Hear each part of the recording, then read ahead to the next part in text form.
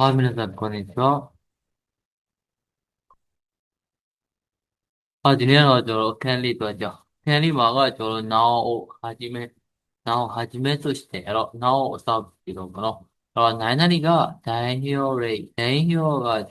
講座ビが、တခုခုပေါ့နော်ကိုယ်စားပြုဥပမာအနေနဲ့ထားပြီးတော့ကျွန်တော်တို့အကြောင်းအရာအများကြီးရှိတယ်အကြောင်းအရာအများကြီးရှိတဲ့အချိန်မှာဥပမာတစ်ခုဆွဲထုတ်ပြီးတော့ဟောပြလိုက်တယ်အဲ့ဒီဥပမာကိုကြည့်ချင်အပြင်တခြားအရာတွေလည်းသူညီရဲဆိုရင်ပြီးတော့ဒီကောင်ရဲ့သူ့ရဲ့နောက်မှာတော့ကျွန်တော်နောင်လာမယ်ဆိုရင်နောင်ဟာဂျီမဲတုစုレイボちゃんこの第一巻では水泳をはじめいろいろなスポーツが楽しめるဒီတိုင်းအခုခံဒီအားကစားရုံမှာက 3A ဆိုရေကူးတာရေကူးတာနဲ့စပြီးတော့အမျိုးမျိုးသားအားကစားတွေကိုပြောလို့ရတယ်အဲ့ဒီတိုင်းအခုခံမှာကကျွန်တော်ရေကူးတာပြဆွဲထုတ်ပြီးပေါ်ပြလိုက်တယ်ရေကူးတာနဲ့အစပြုပြီးတော့တခြားအားကစားတွေအများကြီးကိုကစားလို့ရတယ်ဆိုပြီးတော့နောက်ဟာဂျီမဲဆိုတဲ့ဘက်ကတခုကိုအစပြုပြီးတော့ကျွန်တော်အရင်နေ့ကတင်လိုက်တဲ့တဲဟာဂျီမဲနဲ့မပြီးပါဘူးတဲဟာဂျီမဲကကျွန်တော်တခုကိုစတင်ပြီးတော့လုပ်လိုက်တယ်သူစတင်ပြီးလှုပ်လိုက်တယ်လှုပ်လိုက်ပြီးခဲ့တဲ့အချိန်ကနေစပြီးတော့သူညီတဲ့အခြေအနေပေါ့ကိုအရင်ကမသိခဲ့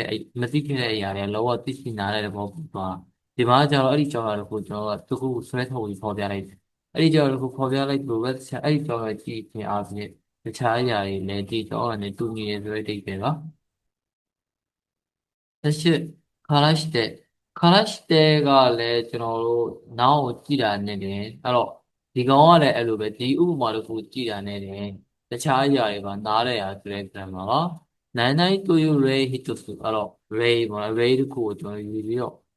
တော့ပြလဲပဲအဲ့လိုပြတာမို့လို့အဲ့ဒီ zen type တဲ့ခင်ကြီးအားလုံးခြုံကြည့်လဲတဲ့အဲ့လိုပဲရှင်ပါအဲ့တော့ ray ပေါ့さすが、プロの選手が、プロアグザーマが走り方からして、그게 비복비니에 아닌 싸비요. 비복비니를 찌르다 아닌 들어오는 또, 비복비니에 대해서 아까 전에 이야기가 아까로 들어오는 또 그의 진리가, 나우카라 때, 디가와를 우마를 포기하라 때, 아니 우마를 포기하라, 포기하라 그래야 하는 너가 진리를 너와 아침에 꽉 차면 너가 진리 그로 꽉 차면 그의 진리가. ဒီတော့ကျွန်တော်တို့နေဝတ်တတ်တဲ့နေဝတ်တတ်တဲ့ကကျွန်တော်တို့အချိန်ပိုင်းနဲ့တောင်းမယ်ဆိုရင်အဲ့ဒီတစ်ချိန်လုံးအဲ့ဒီတကာလပတ်လုံးပါနေရာတွေကြတော့အဲ့ဒီနေရာရဲ့တစ်လျှောက်လုံးပါအဖြစ်ကလည်းနှုတ်ဖြစ်ဆိုရင်အဲ့ဒီတစ်လျှောက်လုံးပါအဲ့တော့ဒီမှာရေးထားသလိုပဲမိခခဏိဝတ်တလို့သုံးရတာကာလအချိန်မှာ thank you ဟာပြောတိုင်းခင် thank you ကသူတင်တာပြုတယ်သူတင်တာပြုတဲ့ပြင်ဝင်ကဘူဂျီရှူတော်ဒီမိုက်တာတော်ရတဲ့ကာလပတ်လုံးကျင်းပခဲ့တဲ့အဲ့ဒီပွဲတော်ကြီးပြင်ပွဲရအသင်္ကေတနဲ့ပြီးစီးသွားပါတယ်တန်တယ် rank နောက်ဆိုင်ဆိုဒီအော် rank ကအဲ့ရရှိရဲ့နောက်ဆောင်နေပါအဲ့ဒီကိုးစုပ်ဒိုးလို့ဆိုအငယ်လမ်းမှာရနေကျူကီလိုအဲ့ဒီမှာတော့နေရာပြောတော့မှ20ကီလိုတစ်လျှောက်လုံးဒူးတိုင်ကစူးအီတာရင်ကျော်ပိတ်ဆို့မှုတွေကတက်လက်ပြီးတော့ဖြစ်သွားနေတာပါနိဝတ္တတဲသူ့ရဲ့နောက်မှာနဲ့နောက်လာမယ်ဆိုရင်ကျွန်တော်နိဝတ္တလို့ပါအချိန်ကြီးပါလေဆိုရင်ကျွန်တော်တစ်ချိန်လုံးတစ်လျှောက်လုံးမဲ့3ရက်တွေ3ရက်တခါလားပတ်လုံးအဲ့ဒီအချိန်ကြီးရဆက်ဖြစ်နေမှာဒီတော့နေလို့ကနေဝတ်တဲ့နေရာတွေပိုင်းနဲ့တော့အဲ့ဒီနေရာတွေရှောင်းတော့တိုင်းပိုင်းပွင့်နေတာဒီတော့နေလို့နောက်ဆူကြည့်တဲ့ဒါမှနောက်မှကြီးထွက်ရကျွန်တော်ကဆူကြည့်တဲ့ပါနောက်မှရှီထွက်ရတိုးရှိတဲ့သူ့မှာတော့အဓိပ္ပာယ်နေလို့ရှိရင်ကျွန်တော်ဆောနာကနိဝတ္တလို့နဲ့တူတဲ့အဓိပ္ပာယ်တင်လို့ရှိရင်ပြီးတော့ဘီမာရေးထားတော့နိုင်နေမှာတစ်ဆက်အကြောင်းအရာကိုကျွန်တော်ဒီဆက်ဓာတ်ရိပ်ကြီးလောက်တာမဟုတ်ဘူးねအဲမှာကြားခံအဆက်လေးပေါ့ကြားခံအဆက်လေးရှိနေကြမှာပါဟုတ်တယ်အသေးစိတ်ကြောင်အေမာကနိုင်နေတော့ခိခံအဲ့ဒီတကားလားပတ်လုံးမှာသူတို့ဒုရှုံပုံနာကြီးကျော်တိုင်းသူညီရဲ့အချင်းတွေဆက်လက်ဖြစ်ပေါ်နေတာပါဟိုပါတယ်ဘုရုမကြီးကချီကီကိုစိုးကြည့်တယ်ဒီမျိုးမှာကချီကီဆိုရင်လေးရတဲ့တကားလားပတ်လုံးအဲ့ဒီကန်ကိုခရကုဆိုရဲအဲ့ဒီစီးသွားတဲ့တွေကလေလာကြပါတယ်လေးရတဲ့တကားလားပတ်လုံးမှာအဲ့ဒီစီးသွားတဲ့တွေလာတယ်ဆိုရယ်သူနေတဲ့စီးဆက်လက်ဖြစ်ပေါ်နေတာ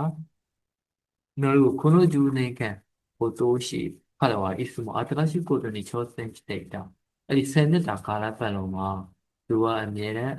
အသက်ဆိုင်ရာတွေမှာအာနင်းရင်ဆိုင်ကြည့်နေတာပေါ့နော် အဲ့ဒီတစ်ချိန်တစ်ကာလပတ်လုံးမှာအနောက်ကခြေနေလောကသူနေတဲ့ခြေနေပဲတက်လောက်ဆောင်နေတဲ့ခြေနေပါဒီတဲ့တော့နောက်ရှိတိုင်းရှိတဲ့အားလုံးကိုယ်ဆိုအဲ့တော့နောက်နီးလန်းနေနေအဲ့တော့နီးလန်းနေတဲ့ဆိုရဲတွေကတော့အဲ့ဒီကြောင်းလာတဲ့တစ်ဆက်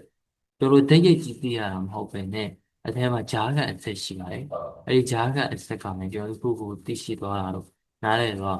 သဘောပေါက်တော့တောင်းပါတယ်ဟိုမှာဒီမှာတော့ဖျောလို့မဟုတ်ဘဲနဲ့ဒီကတော့ကျွန်တော်ခွန်ကြည့်ပါအဲ့တော့ခွန်ကြည့်ကဒီနေ့ဖြစ်ပါတော့ဒီနေ့ဖြစ်မှာ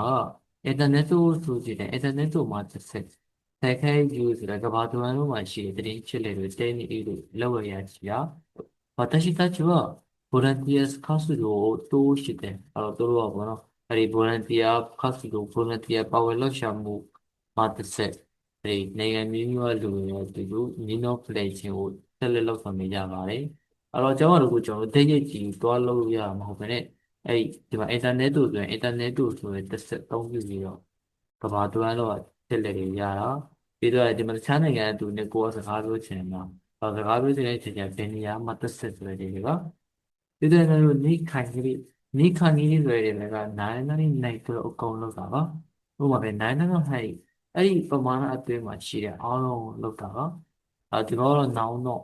တဲအဲ့လိုသိချင်ခေါ်ဥပမာပဲ君が知っている限りメンティクラを全部私に話してほしい。ပြောပြသည်စီနဲ့ဒီပဲ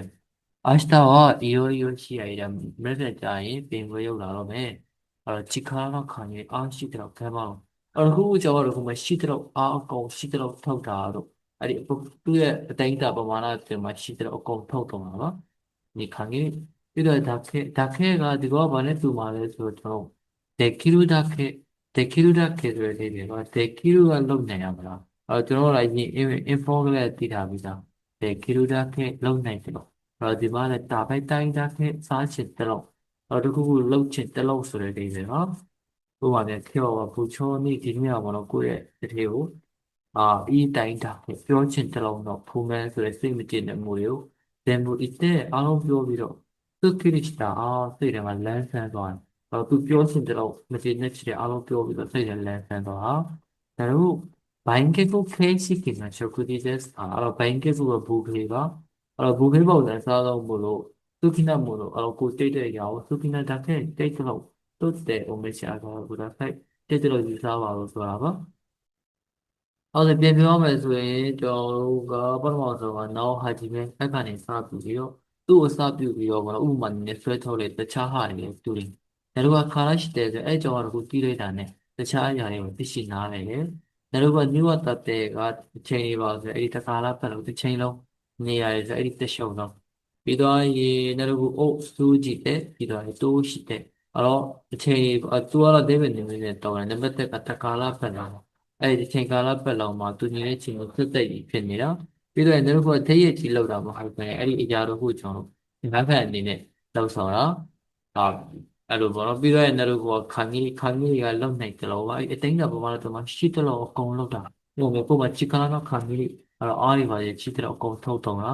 ပြီးတော့ဒါခဲဆိုတာလည်းသူနဲ့တိတ်ပဲဒီလိုတက်လောက်ပဲကျွန်တော်အတိုင်းကပမာဏရှိတယ်လို့လောက်တာစားချင်တယ်လို့စားပါလုံးနေတယ်လို့လောက်ပါပြောချင်တယ်လို့ပြောပါဆိုတဲ့တည်းပဲနော်